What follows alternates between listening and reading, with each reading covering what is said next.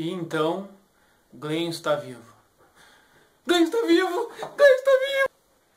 E Glenn está vivo! Wiggle, wiggle, wiggle. Wiggle, wiggle, wiggle. Glenn! Glenn! Voltamos então para a análise do 7º episódio da 6ª temporada de The Walking Dead, aqui no canal Sandrops.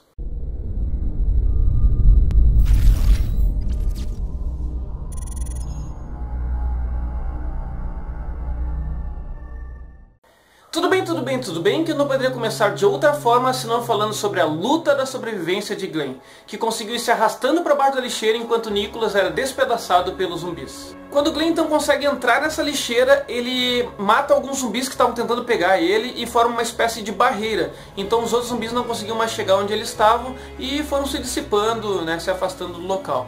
E naquele momento deu para perceber bem que ele ficou o tempo todo olhando para o Nicholas, né, que estava ali morto. A angústia de não poder sair dali durante horas e horas, não ter tido contato com ninguém, não saber o que estava acontecendo com a Alexandria. Até que ele espera um momento apropriado e sai debaixo da lixeira, claro, buscando água, porque ele tinha passado muito tempo ali. E a Enid, que estava em cima do telhado, toca uma garrafa de água para ele, devia ser uma garrafa que ela estava segurando naquele momento e tal. E ele sai atrás dela e entra no prédio que ficava ao lado daquela lixeira. Confesso que eu vi ele entrando pela janela de uma forma muito natural e até me veio a ideia assim, pô, eu tinha enxergado a escada que ele podia fugir naquele momento dos zumbis, mas não tinha nem percebido a janela, né? Que era outro lugar que de repente os dois podiam ter tentado escapar. Eu já falei no outro vídeo que foi um momento de muita tensão, nervosismo, e eu acho que não deu para eles raciocinarem de uma forma muito rápida. Mas se eu me colocasse no lugar deles, eu fico achando assim, quando o cara tá preso no lugar e naquele momento de tensão, a primeira coisa que ele pensa é como escapar. Eu acho que ele fica desesperado olhando para um lugar para ele ir, sei lá, até escalar a parede com as mãos ele ia tentar, né, mas não ficar parado ali para enfrentar toda aquela quantidade de zumbis. Bom, o motivo dela estar lá em cima eu acredito que seja porque quando ele foi sair debaixo da lixeira, ele bateu numa corrente e tal, fez barulho para sair debaixo da lixeira e chamou a atenção dela, porque de certa forma, como não tinha nenhum zumbi naquela região, ela pode ter ido olhar, né, ver o que estava acontecendo. Enfim, e aí ele entra nessa casa e a primeira coisa que ele quer saber é de Alexandria, né, por que ela estava ali fora, por que ela estava fora de Alexandria, o que estava acontecendo por lá. E ela não responde direito, na verdade ela também está meio transtornada, eu vou explicar por que daqui a pouco. E ela só diz pra ele, pega a água que está ali num canto e tal, e ele vai lá para um lugar onde tinha água e restos de embalagens, né, que dá a ideia de que era um local que a Enid ia com frequência, né, que ela ficava por ali. Então a conversa entre Glenn e Enid deixou claro que ela não sabia que a horda de zumbis estava chegando em Alexandria, né. Na verdade, o que aconteceu foi o seguinte, ele perguntou para ela o que tinha acontecido e ela respondeu o que acontece sempre, né? Pessoas morrem. E aí a gente começa a entender esse personagem, pessoal. Porque se a gente analisar no 2º episódio, quando deu um enfoque nela, assim, mostrou que ela havia perdido os pais, né? Ela estava lá com os pais num carro e tal, chegaram os zumbis e mataram os pais na frente dela. E ela ficou presa dentro do carro, que foi o lugar onde ela se sentiu segura naquele momento, né? E ela colocou na cabeça dela que ela tinha que apenas sobreviver, né? Até ela usava um símbolo JSS, que é Just Survive Somehow, né? Que significa apenas sobreviva de alguma forma. Isso deixou bem claro que ela ficou sozinha no mundo. Ela até lembra muito o personagem Daryl, né? Que é aquele personagem mais isolado, né? Mais sozinho, né? Ele com ele mesmo. E realmente o que aconteceu foi que ela vai, em vários momentos assim, do episódio, mostra ela se fechando em algum lugar, ela se sentindo protegida em um lugar mais fechado, né? E foi o que aconteceu quando ela foi para Alexandria. Ela estava em Alexandria, mas ao mesmo tempo ela fugia, ela escapava, ela saía de lá e ia para esse esconderijo, onde ela se sentia mais firme, né? Mais forte, né? Com ela mesma. Na verdade, quando a Alexandria foi atacada, ela já ia embora.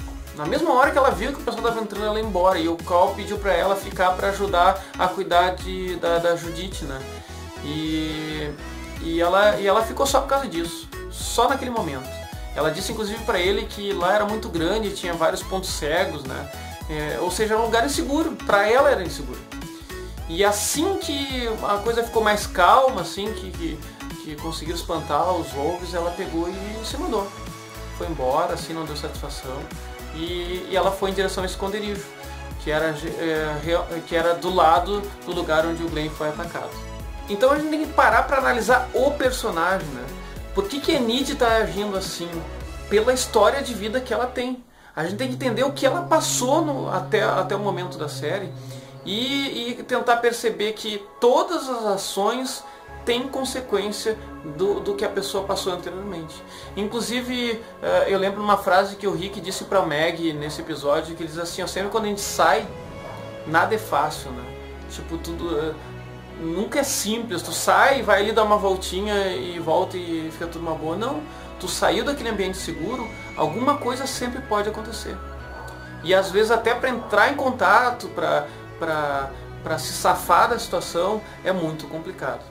Outra conversa muito importante é do Rick com o Morgan, né? Ele chama o Morgan e bota o Morgan assim como se fosse um interrogatório, diz assim, é verdade que tu deixou os Wolves escaparem sem matar eles e tal, e o Morgan disse que sim, que era verdade, né? Daí o Rick diz assim, mas como que tu faz isso, né? Tipo, eles chegaram, eu tava no trailer lá que eu ia pegar e levar a ordem embora, eles quase me mataram e atiraram no trailer e tal. E o Morgan, na verdade, ele diz assim, te lembra que tu teve a oportunidade de matar e não me matou? Porque na verdade quando o Morgan estava no condado de King, eu acho que é o nome, né? Ele estava endoidecido, ele estava loucão, né? E o Rick chegou lá e ele já veio com uma faca, ele deu uma facada no Rick e tal. E o Rick não matou ele, o Rick não reagiu, né?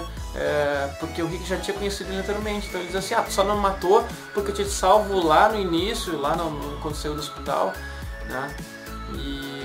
E o Rick disse que não, porque conhecia ele. E na verdade ele disse, pois é, mas pensa só na situação, tu não me matou. E por tu não me matar, eu consegui salvar o Aaron e o Daryl daquela situação do Wolves. Só que por eu ter salvo eles, olha só o que aconteceu, eu salvei eles e os Wolves invadiram Alexandria. Talvez se tu tivesse matado, eu não teria salvo nem o Aaron nem o Daryl, e os Wolves não teriam invadido Alexandria. Vê como as coisas são interligadas, né? As ações das pessoas são interligadas e a gente nunca sabe qual é a melhor ação. Até a gente pode pensar que no momento, isso aqui foi muito bom, tal, ou ao contrário, pode dizer, isso aqui foi muito ruim. Mas na verdade a consequência futura disso pode ser uma coisa inesperada, uma coisa que a gente nunca pode prever, inclusive na nossa vida, né? Quantas vezes a gente passa por uma coisa na nossa vida e diz assim, pô, que droga, né? Mas isso não era pra ter acontecido comigo, e depois acontece uma coisa boa, né? Ou ao contrário, né? Uma coisa boa e tem consequências depois que não são tão legais, então a gente nunca sabe realmente o que é o certo e o que é errado. E nesse sentido, Morgan acredita que é preciso proteger todos para criar a paz. Então aparece Rosita lá ensinando os habitantes de Alexandria a matar os zumbis, né? Porque eles nunca tinham feito isso. Então ela estava com um facão, com arma branca na verdade, né? E ela estava dizendo assim, que inclusive que não adianta tu bater com a arma assim, né? E puxar ela para trás, porque se tu puxar ela para trás ela tranca. É como se tu batesse com o machado numa árvore, né? Tu vai puxar para trás ele tranca. Né? Então tem que fazer o movimento do ferimento que tu vai fazer, né? E nesse lugar o Eugênio então estava viajando, né? Ele não estava fazendo nada. E ela chegou para ele e perguntou assim, o que está acontecendo? E ele disse assim, tô com medo de morrer. E ela disse assim, tu não tem que ter medo de morrer. Tu tem que ter medo de não fazer o suficiente e quando tu olhar para o lado e ver todas as pessoas que tu ama, né, que estão perto de ti mortas. Aí sim tu vai sofrer, né? E foi uma coisa que deixou ele pensando e tal, e ele até se retirou de onde ele estava. E se a gente parar pra pensar, né, pô, o cara tá preocupado assim se morrer, porra, se ele morrer, claro, a gente não sabe o que acontece, né, quando a gente morre. Se acaba por ali, ou tem vida depois disso, enfim. Mas tipo, tu morreu, acabou ali, né. Agora o pior é tá vivo, imagina tu tá vivo com teus familiares, aí tu vê os teus familiares morrer porque tu não conseguiu salvá-los. Isso sim vai transtornar a pessoa de tal forma que ela vai ter uma mudança crucial na maneira que ela age em qualquer outro momento da vida dela. Então aparece Spencer fazendo Spencerices. Cara, o cara tenta passar por cima dos zumbis assim. Tipo, parecia aquele filme de Batman assim, né? O cara toca aquele negocinho e vai indo. Enfim, aí o que aconteceu, né? Se deu mal, né? Ele caiu e o Rick teve que junto com a Tara, tiveram que salvar ele dos zumbis. Foi até meio estranho, assim. Tá, eu entendi. É que foi assim, conforme ele foi andando, os zumbis foram indo assim, né, tipo, pra pegar ele. Mas quando aquela corda de aço arrebentou, aquilo foi pro lado, ele caiu num outro lugar onde não tinha zumbis. Aí deu tempo dele escapar. Enfim, né. E aí então o Rick demonstrou assim nitidamente que não era para se preocupar com o pessoal que morava em Alexandria. Na verdade ele considera assim como os inexperientes, né? Ele até critica o cara: o que tu ia fazer? Já foi uma vez lá na rua fazer o que tu queria fazer, né? Então ele se posicionou contra a correr o risco de vida por causa deles. E isso me fez lembrar muito de Shane, né? Se você lembrar no início da série, o Shane que tinha essa ideia, né? De que a gente tinha que sobreviver, não tinha que dar muita bola para as pessoas. Se elas querem se ferrar, que se ferrem, né? A gente tinha que fazer tudo para sobreviver. Eu não sei vocês, né? Mas eu criticava muito ele, assim. Eu achava uma maneira muito rude de agir. Mas ao mesmo tempo, quando vinha o Rick e queria fazer tudo direitinho, né? Salvar todo mundo e o grupo só se ferrava, eu dizia assim: pô, mas isso tá errado, cara. O cara não pode agir assim, o cara não pode agir pensando em salvar todo mundo, sabe? Em se preocupar todo mundo, que a pessoa acaba se ferrando. E vejam que o personagem do Rick tá mudando e tá ficando tipo Shane. Tipo, ele não tá dando bola agora, ele diz assim: se ferra aí, a gente tem que se proteger. Então a gente fica todo momento assim, balançado na série, né? Sem saber o que realmente é o correto, se é pensar nas pessoas ou não pensar nas pessoas, ou só pensar em si. E se tu acha que é só pensar em si, então não tem que criticar a Enid, né? Que a Enid tá fazendo isso, ela só pensa nela, ela só sabe que ela tem que sobreviver. Então por isso que ela tá agindo da forma que ela tá agindo. E veja como essa série é rica de ideias. Ela traz um confronto entre 3 personagens. Não sei se vocês perceberam: o Rick, o padre e o Morgan. O Rick é aquela pessoa que não acredita em nada, não acredita em Deus, não acredita que as coisas são consequência dos atos, né? O padre é o representante da fé. É aquele cara que sabe que o que se sente, se acredita, é o mais importante. E o Morgan é aquela pessoa que pensa nas escolhas. Tu tem que escolher a coisa e seguir as tuas escolhas pelo resto da vida. Outra coisa muito importante também que aparece na série foi a conversa entre o menino Sam e a Carol, né? Não sei se vocês lembram, né? Mas o menino diz pra ela assim: quando se mata uma pessoa, se vira um monstro, né? Ele fez referência ao pai dele, na verdade, né? Aquela cena bem forte do pai dele. E a Carol responde pra ele que é o contrário, que a gente só não vira monstro se a gente matar. Então vejo uma dicotomia, né, entre um lado de matar ou morrer. É interessantíssimo também. E no final então do episódio aparece uma conversa entre o Rick e a Diana, né, que a Diana veio agradecer por ele ter salvo o Spencer e tal. E eles: não, agradece a Tara. Não, foi ela que salvou, né. E ele diz assim: inclusive é o seguinte, bem na hora que ele caiu, abriu uma brecha lá que eu podia ter pulado, ter ido, pego um carro e ter levado esses zumbis tudo pra longe e ia salvar a Alexandria. E ela pergunta pra ele: tá, mas então por que tu não fez isso? E ele responde: porque ele era seu filho. Ele queria dizer assim, como se, pelo respeito que ele tem por ela, né? Como se ela fosse realmente a pessoa que está no patamar acima dentro daquele sistema. E ela diz assim: resposta errada, né? E ele fica com aquela cara, né? Isso é por conta que não, claro que não, né, cara? Ele salvou o Spencer porque realmente o Rick, apesar daquela maneira dele agir hoje em dia, ele ainda é o Rick de antes. Ele é aquela pessoa que acredita nos outros, né? Ele quer salvar todos, na verdade, né? Aquilo foi muito bacana, aquela conversa, e eu traz por trás essa ideia. E aí já mostra o quanto ele já está começando a se preocupar com o pessoal de Alexandria, né?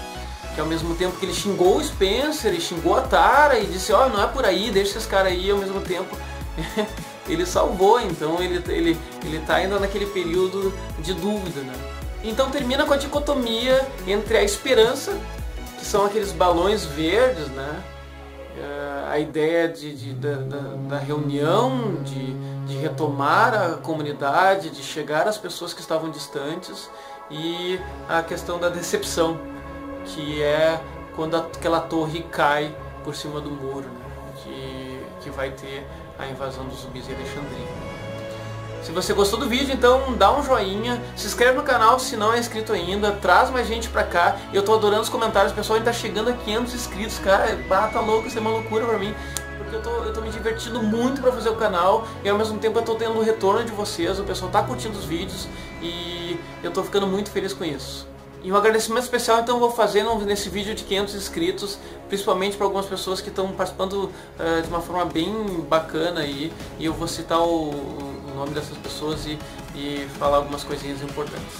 Valeu, galera, fui!